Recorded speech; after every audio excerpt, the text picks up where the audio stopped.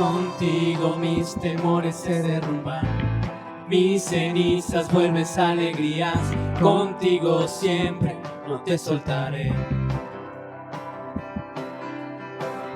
Contigo mis dolores se hacen fuerza, mis gigantes se hacen escalones. Contigo siempre no te soltaré. Aunque sacudido pueda estar, más destruido no seré. Contigo, Padre Dios, llegaré. Eres invencible, Dios, mi escudo y mi poder. Contigo por siempre. Eres mi fuente de fe, mi Padre, mi sostén. Contigo por siempre. Contigo mis temores se derrumban, mis cenizas vuelves alegrías.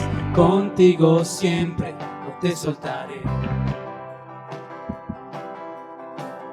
Contigo mis dolores se hacen fuerza, mis gigantes se hacen escalones. Contigo siempre no te soltaré. Aunque sacudido puede estar, más destruido no seré.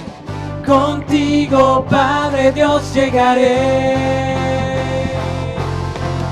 Eres invencible, Dios, mi escudo y mi poder. Contigo por siempre. Eres mi fuente de fe, mi Padre, mi sostén. Contigo por siempre.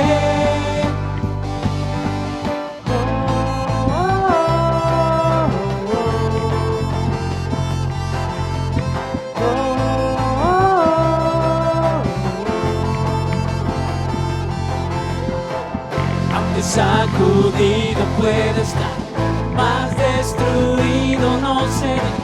Aunque sacudido puede estar, más destruido no seré. Aunque sacudido puede estar, más destruido no seré. Contigo, Padre Dios, llegaré. Eres invencible, Dios, mi escudo y mi poder. Contigo por siempre.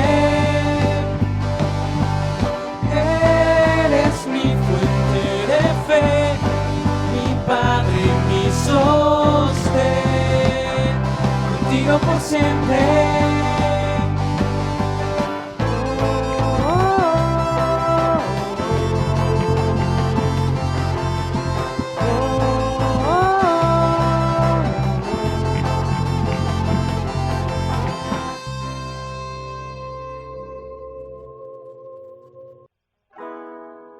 Te pedí unas migajas de tu mesa, me levantaste y me sentaste a tu diestra. Te pedí que me limpiaras de mis lepras, me tocaste, creaste tu naturaleza. Tu misericordia tocado mi vida, misericordia nunca lo merecía. Te pedí que bendijeras mi camino y me entregaste una tierra de destino. Te pedí tan solo un día en tus atrios y me tomaste para estar siempre a tu lado. Tu misericordia ha tocado tocado mi vida. Tu misericordia nunca lo merecía. Cuánto te amo, es que es demasiado, y el infinito bastaría para medir tu amor. Cuánto te amo, es que es demasiado. Padre de misericordia, Dios de misericordia.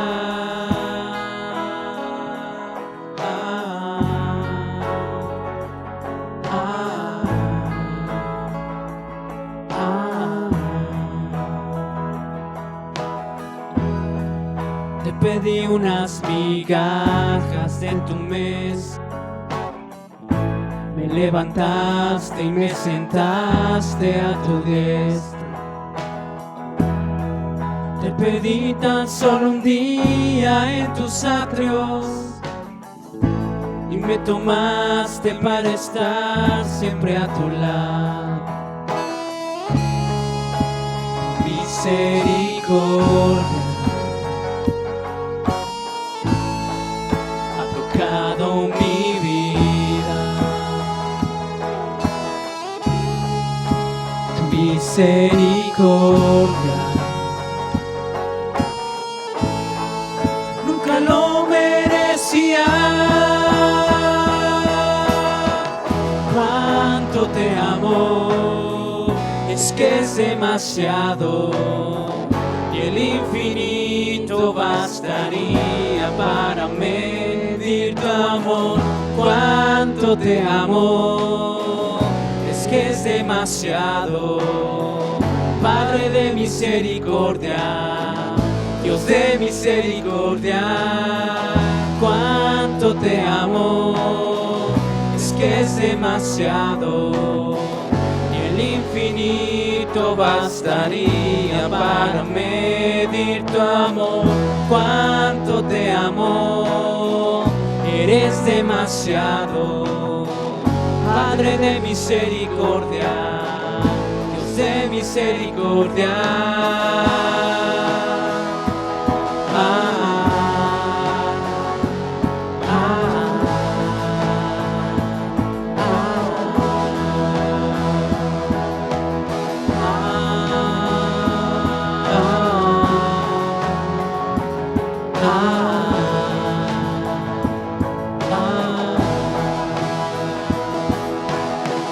Vivo para amarte, seguiré tus huellas.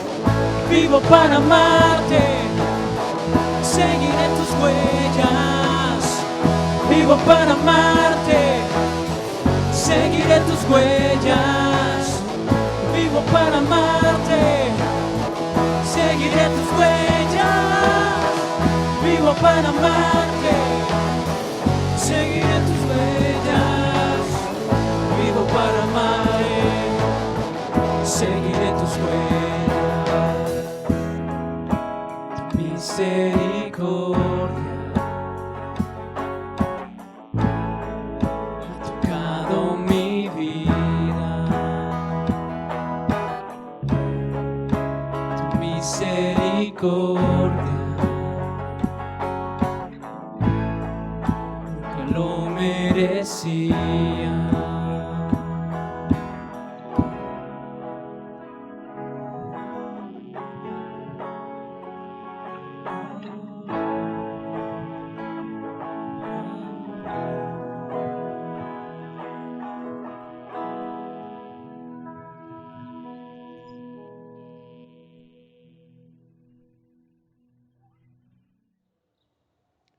Hola hermanos, buenos días, ¿cómo están? Es una bendición para mí y es un privilegio estar en este momento para compartir la bendita, maravillosa, grandiosa palabra de Dios con todos ustedes. Espero que estés listo, que tengas tu Biblia, que tengas tu cuaderno, tu lápiz para alguna anotación, que si tienes alguna pregunta, alguna duda, incluso alguna aportación, puedes hacerla a través de Facebook, por ejemplo, de nuestros contactos, teléfono, WhatsApp, para que podamos atenderla y bueno, también para que podamos recibir a través de ti. Yo sé que Dios está contigo y que te ha guardado en esta pandemia y le damos gracias a Dios por tu vida. Quiero hacer una oración antes de comenzar. Padre, gracias por tu palabra, gracias por tu iglesia que está conectada en este momento a través de estos medios de comunicación. Gracias por estar presente. Ayúdanos a construir el conocimiento de tu palabra, de tu gracia, de tu amor en la vida de cada uno, Señor, hasta la perfección.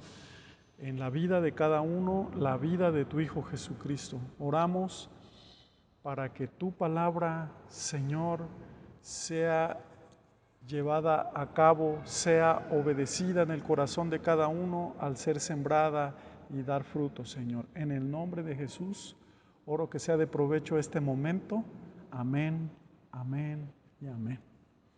Muy bien, hermanos, quiero leerte un un versículo de un capítulo, el Salmo 119, donde dice: tú encargaste que sean guardados tus mandamientos o tus preceptos o tus leyes. Hay una versión que dice: tú has mandado que se guarden diligentemente tus preceptos.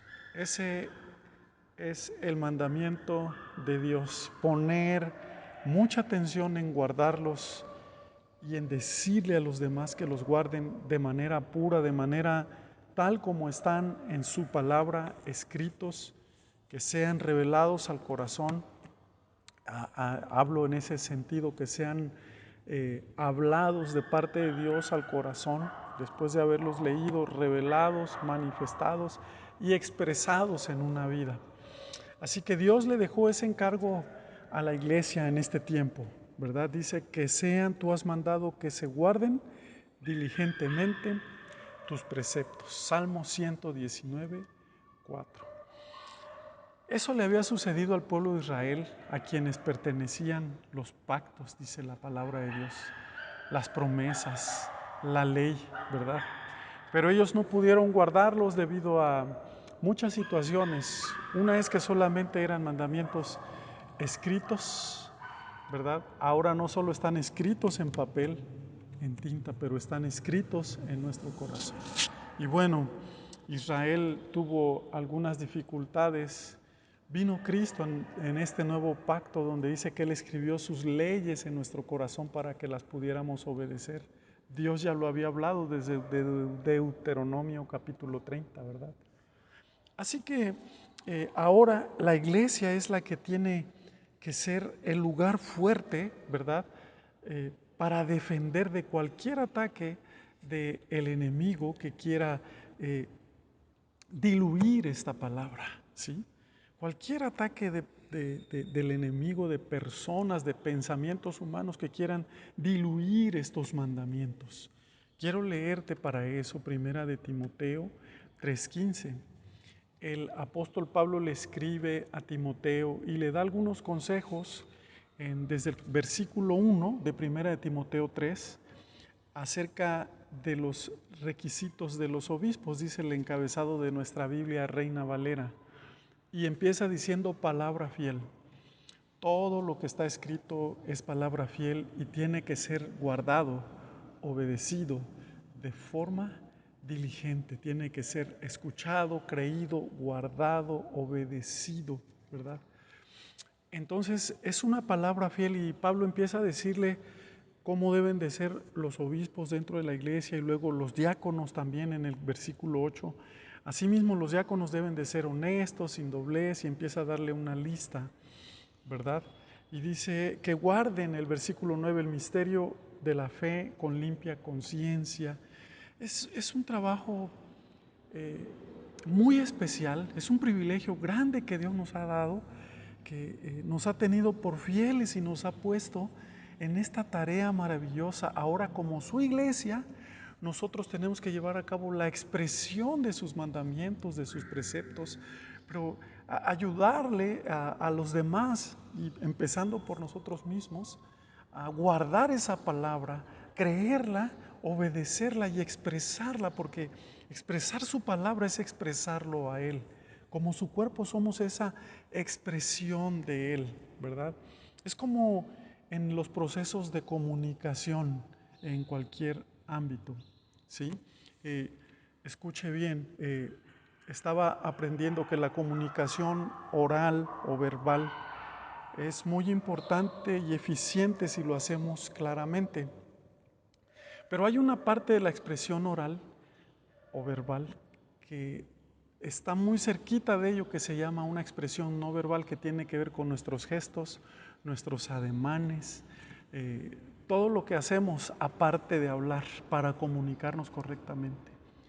El 40% de lo que hablamos, bien dicho, es aceptado, pero el otro 60% tiene que ver con nuestros gestos, ademanes, con nuestros movimientos, ¿verdad? Con nuestra seguridad en esa comunicación. Bueno, nosotros somos la expresión de Dios y de su palabra en nuestra tierra, y Dios nos encargó guardar esos mandamientos. Y somos, Pablo le dijo a Timoteo en el versículo de 1 de Timoteo 3, versículo 15, el 14 dice: esto te escribo, aunque tengo la esperanza de ir pronto a verte, para que si tardo, sepas cómo debes conducirte en la casa de Dios. Escucha bien, ¿cuál es la casa de Dios? La iglesia del Dios viviente, que somos todos nosotros. ¿Y qué es la iglesia del Dios viviente? Dice aquí: una columna y un baluarte de la verdad.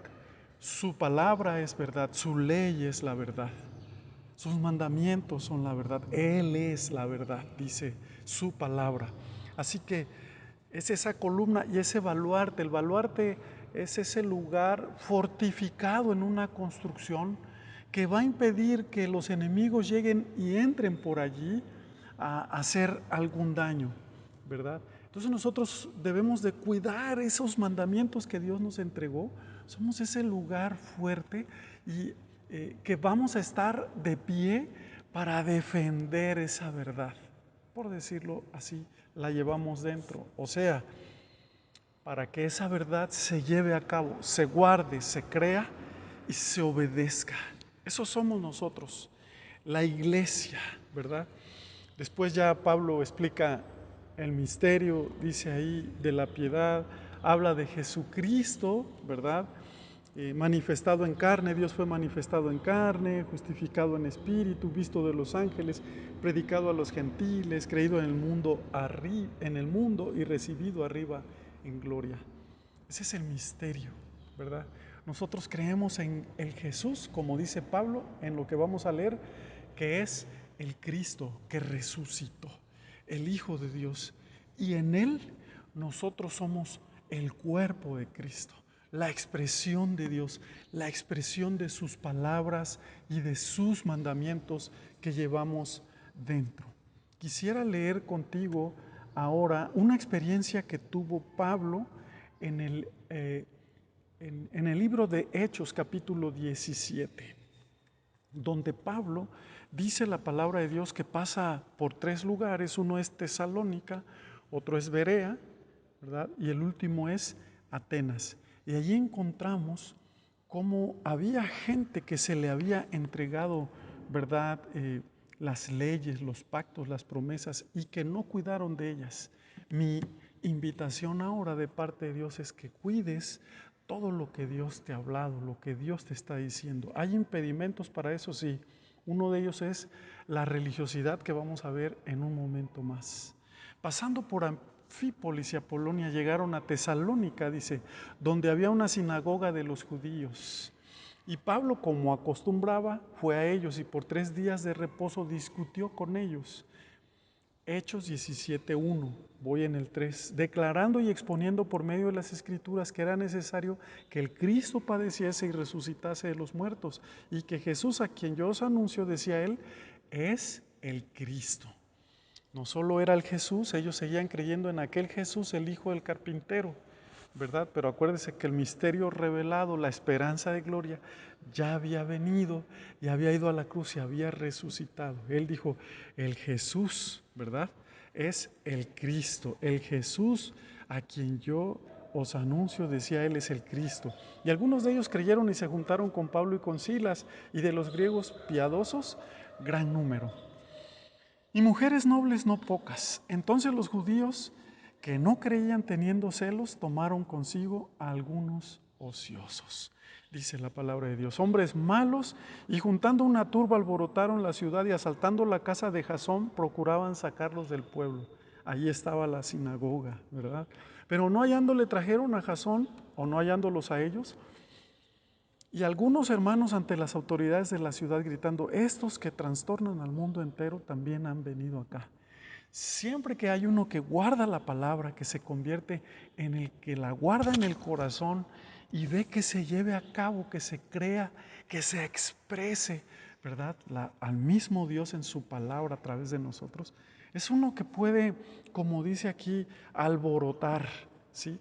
Es uno que puede trastornar al mundo como ellos lo ven en Pablo y en Silas. Dice, pero no hallando los trajeron a Jasón, bueno, leímos el 6, el 7, a los cuales Jasón ha recibido, y todos estos contravienen los decretos de César diciendo que hay otro rey, Jesús. Están mintiendo, están teniendo envidia, celos, pero no conforme a ciencia, dijo Pablo en otra de sus epístolas, o en una de sus epístolas, no conforme a conocimiento. Son celosos solo por ser religiosos sin una base sólida.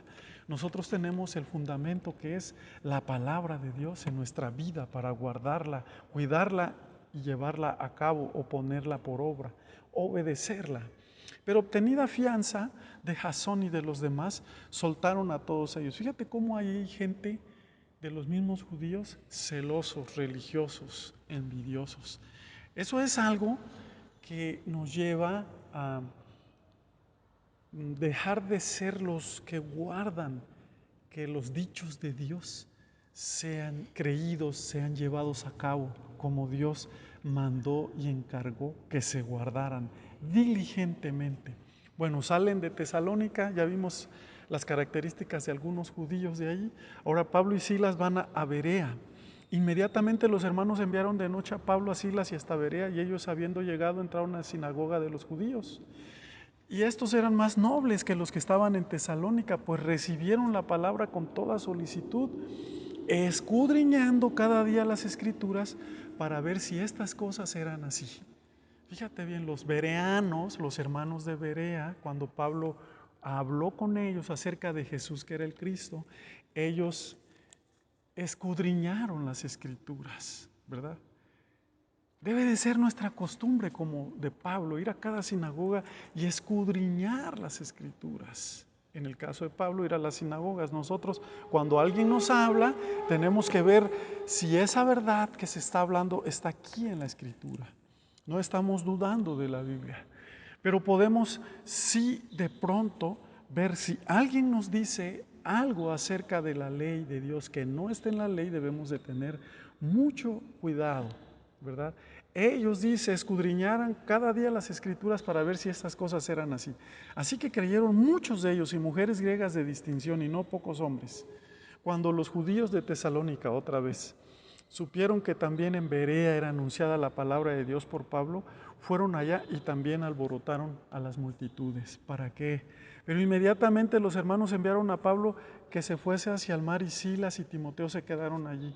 Y los que se habían encargado de conducir a Pablo le llevaron a Atenas, y habiendo recibido orden para Silas y Timoteo de que viniesen a Pablo lo más pronto que pudiesen, salieron, ¿verdad? Estamos viendo ahí a Pablo que pasó a un segundo lugar, donde eran nobles para recibir la palabra. Y no solamente oían la palabra, la oían con fe, pero la escudriñaban, investigaban en la palabra, pedían a Dios su revelación, que los ojos les fueran abiertos para comprender el amor de Dios y la grandeza, ¿verdad?, de su gloria, de sus riquezas.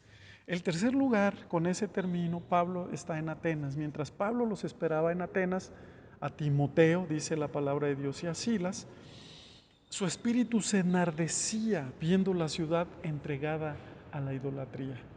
Y vemos allí cómo la palabra de Dios va abriendo nuestros ojos de cómo las personas que no están guardando la ley de Dios en su corazón como Dios quiere, empiezan a presentar ciertas características en su persona. Ya dijimos, eran celosos sin ciencia, sin conocimiento, eran envidiosos, ¿verdad? Y aquí hay otros, dice que estaban entregados, bueno, en Atenas, a la idolatría. Su vida era para la idolatría. Tenían tantos ídolos, ¿verdad? Tenían tantos conceptos en su vida falsos que seguían, que los dejaban gobernar, ¿verdad? Quizás muchos de ellos porque no habían escuchado la palabra de Dios ni la habían tenido para leerla, la ley de Dios, no la podían guardar hasta que llegó Pablo. Así que discutía Pablo en la sinagoga con los judíos y piadosos. Fíjate, había gente religiosa, los judíos y piadosos, y en la plaza cada día con los que concurrían. Y algunos filósofos de los epicúreos y de los estoicos disputaban con él. Y unos decían, ¿qué querrá decir este palabrero? Y otros, parece que es predicador de nuevos dioses porque les predicaba el evangelio de Jesús y de la resurrección. Lo único que conocían ellos, lo único que habían oído hablar era muchas cosas, solo oyéndolas, de muchos dioses, y pensaban que era una nueva religión. Y tomándole a Pablo, para tomarle más en serio, le trajeron al Areópago, dice ahí, diciendo, ¿podemos saber qué es esta nueva enseñanza de que tú hablas? El Areópago, quiero que sepas, que era la corte de justicia de aquel tiempo en Atenas, en la Acrópolis. Era una montaña, ¿verdad? Donde había allí, tiene la historia, ¿verdad? Un dios, que había habido una pelea, un juicio de los dioses de Zeus de aquel tiempo, de los dioses griegos, ¿verdad? Pero con el tiempo se convirtió precisamente en una corte de justicia, y había muchas cosas que se podían juzgar en esa corte, y una de ellas era que se juzgaba la enseñanza.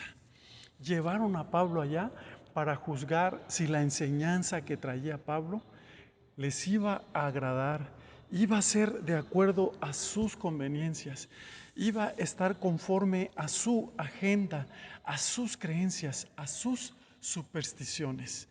La iban a juzgar, porque lo que juzgaban las enseñanzas no era gente cristiana, sino gente de la cultura griega. Y llevaron allá a Pablo, es lo que dice la palabra de Dios en Hechos 17:19, para juzgar la enseñanza de Pablo. La Biblia dice, retengan lo bueno y desechen lo malo. Debemos de ser los primeros en juzgar lo que se enseña. Y no hablo de juzgar la Biblia, la palabra de Dios, sino juzgar lo que las personas enseñan. Si es cierto que la Biblia dice que es así, si es cierto que la Biblia está diciendo lo que alguien está diciendo acerca de la Biblia. Debemos de ser los primeros, dice la palabra de Dios en 1 de Tesalonicenses 5:21 al 22, ¿verdad? Retened, dice ahí, lo bueno y desechen lo malo, ¿sí? Reténgalo, vean, examínenlo todo, dice la palabra de Dios. Alguien llega con una enseñanza de algo, una doctrina, una predicación, y usted pronto tiene que ser diligente como los hermanos bereanos y decir, a ver, ¿es eso lo que Dios está diciendo o solamente lo están inventando? ¿Verdad? ¿Es eso lo que la Biblia dice acerca de este tiempo o solo lo están inventando? Debemos de ser entonces como aquellos atenienses tenían una corte judicial, ¿verdad? Donde se juzgaba, dentro de muchas cosas que se juzgaban, las enseñanzas de aquel tiempo. Pablo estaba viviendo en una generación de filósofos, no solamente había judíos y piadosos, dice la palabra de Dios, había por lo menos ahí dos corrientes de filosofía, de pensamientos, ¿verdad? Unos epicúreos y los otros estoicos, dice la palabra de Dios. Así que Pablo debía traer su enseñanza para que ellos la oyeran, ¿verdad? Y dice la palabra que muchos se burlaron de él, porque no podían juzgar lo que estaban escuchando. Nosotros lo podemos juzgar porque tenemos al Espíritu de Dios. Y cuando hablo de juicio, de juzgar, no hablo de hacerlo de forma incorrecta, ¿verdad? No somos jueces. La Biblia dice que el juicio, por ejemplo, cuando la Biblia habla de que Dios juzga, de que es un juicio de Dios, se refiere a separar lo verdadero de lo falso, lo malo de lo bueno. Es eso de lo que habla la Biblia cuando habla de un juicio de Dios, de un tiempo de separación. Tú tienes y yo que ver en la palabra de Dios entonces este asunto de separar como su iglesia que expresa la verdad de su palabra y su luz, que guarda en su corazón los mandamientos para ponerlos por obra. Debemos de ser ese baluarte que defienda esa verdad, ¿sí? Así que estamos viendo aquí entonces cómo lo llevan al Areópago para juzgar su enseñanza, y entonces él empieza a hablar con ellos, ¿verdad? Miren, quiero hablarles de la filosofía rápidamente de los epicúreos, ¿sí? Lo que ellos creían era que necesitaban tener el equilibrio perfecto en su mente, en el cuerpo, ¿verdad? Eso les proporcionaba serenidad y paz consigo mismo. Una filosofía incorrecta. La gente puede sentirse en paz consigo mismo, pero Dios nos invita a tener paz para con Dios, porque la Biblia dice que si no tenemos a Cristo, antes de tenerlo a Él, a Cristo en nuestro corazón, éramos enemigos de Dios en nuestra mente. Pero ahora Dios nos ha reconciliado por Cristo Jesús y tenemos paz para con Dios por medio de nuestro Señor Jesucristo. La paz para con Dios produce paz en nuestro corazón. Así que mientras tú no tengas a Cristo y no haya paz para con Dios, paz contigo mismo va a ser insuficiente. ¿Cuánta gente tiene toda la paz, todo el dinero que el mundo pueda dar, toda la buena circunstancia que pueda estar sucediendo, pero sin Dios en su vida? Así que la filosofía de los epicúreos era una filosofía diferente a la palabra de Dios. Y ahí se tenía que levantar Pablo a decir que el fundamento para la paz era Jesucristo, que vino a hacer la paz entre Dios y todos nosotros los hombres, ¿verdad? El epicúreo alcanza el bien retirado de la vida social sin caer en el temor sobrenatural, dijo un escritor, encontrando en sí mismo y rodeado de un pequeño círculo de amigos. La tranquilidad, el ánimo y la autosuficiencia le van a hacer feliz. No somos autosuficientes, necesitaremos a Cristo, hermanos. Por eso Pablo se levanta en el Areópago para hablar, y su enseñanza está siendo juzgada por gente que tiene un vacío en su corazón, los estoicos. Su doctrina filosófica está basada en el dominio y control de los hechos, cosas y pasiones que perturban la vida, valiéndose de la valentía y la razón del carácter personal.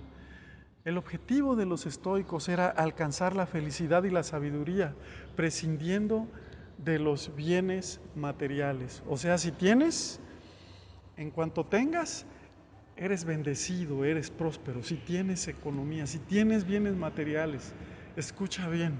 Yo leí un pensamiento que dice: nos pasamos la vida tratando de ser ricos para no ser pobres y nos olvidamos de ser prósperos.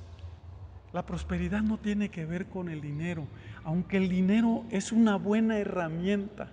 El dinero no es del diablo, el dinero es para los buenos administradores, los hijos de Dios que saben administrar las riquezas del reino, ¿verdad? Y dice este pensamiento que a veces nos pasamos la vida tratando así de ser ricos para no ser pobres y nos olvidamos de ser prósperos. Tercera de Juan 1:2, el apóstol Juan le dijo al amado Gallo: amado, yo deseo que seas prosperado en todo y que tengas salud, así como prospera tu alma. Allí es derrotada la filosofía de los estoicos, porque la prosperidad no tiene que ver con cosas de ese tipo. Si tienes un auto 2021 o si no lo tienes. Si tienes a Cristo, estás completo. Eres íntegro. Cuando pones y llevas a cabo la ley de Dios, dice la palabra de Dios que los íntegros son los que caminan por ahí, los que han guardado la ley de Dios. Así que mira, tú y yo somos prósperos en nuestro espíritu, en nuestra alma, y como consecuencia, por supuesto, en todos los demás. No estoy diciendo que no obtengas algún bien que Dios te quiera dar. Termino con lo siguiente. Te decía, estoy aquí buscando mis notas, termino con esto, diciendo que entonces Pablo está allí predicando y diciéndoles a los señores: miren, acérquense, conozcan a Cristo, ¿verdad? Él va pasando por allí y entonces toma un ejemplo de la vida de los atenienses, ¿verdad? Lo trajeron al Areópago, dice ahí, estoy en Hechos ahora, capítulo 17. Pablo en Atenas. Dice el versículo 21, porque todos los atenienses y los extranjeros residentes allí en ninguna otra cosa se interesaban sino en decir o oír algo nuevo. Entonces Pablo, puesto en pie en medio del Areópago, dijo: varones atenienses, en todo observo que sois muy religiosos. Alguien que está siendo religioso no precisamente es alguien que está cuidando de la ley de Dios en su vida. Es alguien más bien que tiene muchos problemas. Y voy a hacer una oración. Voy a cortar aquí esta palabra, esta predicación, y te voy a dar una segunda parte. ¿Por qué no me quiero tardar? Porque quiero que abras el corazón y quiero que entiendas que Dios encargó que sus mandamientos fueran guardados. ¿A quién le encargó? A ti y a mí, a su iglesia. Lo único que nos separa de eso es una actitud religiosa en nuestra vida. Tener un Dios que adoremos y que no conozcamos, que le sirvamos y no sepamos por qué. Tengamos celos, pero que no sea fundamentado, sino un celo santo que tenga que ver con el conocimiento de la palabra de Dios. Quiero invitarte a ser hacedor de esa palabra, a ser el que defiende esa palabra, el que cada vez que alguien habla y dice algo de la Biblia, tú puedes ir a tu Biblia y leerla y creer lo que Dios está diciendo, no que alguna doctrina, alguna profecía, alguna enseñanza nueva está trayendo, sino lo que Dios ha encargado para ti y para mí. Número 1, creer que Cristo murió y resucitó y que ahora está en tu vida. Recíbelo si no lo has recibido. Esa es mi invitación para este momento. Quiero volver a orar. Padre, gracias por este momento de palabra tuya. Bendice a tus hijos que me escuchan. Espero que estén abriendo el corazón, que no desesperen, que me ayuden a terminar la próxima semana el hablar acerca de tu palabra, de lo que tú nos mandaste como tus hijos, como tu iglesia. Que sea guardada tu palabra y tu ley, que ella sea nuestra meditación, que ella sea nuestro sustento, que ella sea nuestra fortaleza. Ninguna doctrina humana, ninguna enseñanza, por muy bonita y por mucho que nos convenga a nuestros intereses personales, la tengamos que adoptar, sino solamente tu palabra que es pura, tu palabra que es verdad, que es luz, que es lámpara a nuestros pies. Oro en el nombre de Jesús. Amén. Dios te bendiga, hermanos. Gracias por todo el apoyo. Gracias por estar con nosotros en esta transmisión. Gracias por tus diezmos y tus ofrendas, por tu ayuda para construir la barda. Que Dios te bendiga. Cuídate mucho. Amén.